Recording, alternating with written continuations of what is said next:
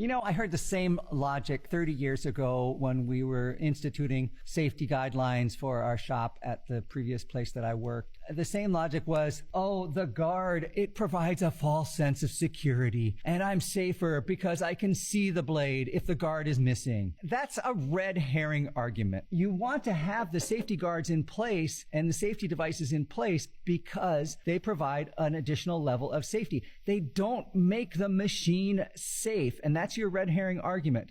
Because it doesn't make the machine safe, I don't really need to use it because it's still unsafe. You want the safety devices in because not only do they make the machine a little bit more safe, they also reduce the risk of injury and reduce the risk of severe injury. That's what we're doing. We're reducing risk with the safety devices. We're not eliminating risk. If you try to say that it doesn't really eliminate the risk, then you're just leading us down a false argument and wasting everybody's time.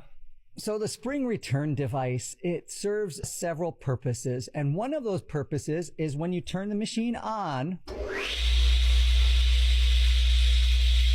that vibration could cause this to start walking and crawling forward.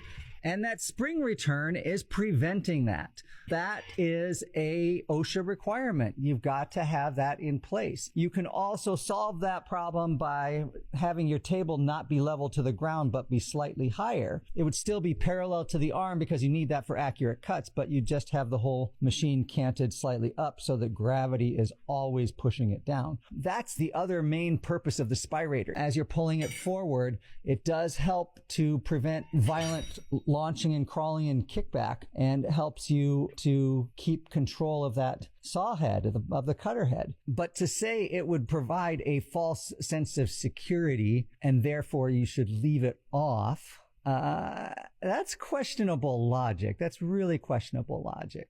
Because it's better to have a safety device that has some little bit of added safety and it makes the action a little bit safer than to have no safety device and you now have clearly a more unsafe machine. Now, is this spring return going to prevent this machine from launching at me or crawling at me? No, it's not. It's just going to reduce the likelihood that it's going to, and it's going to allow me better control.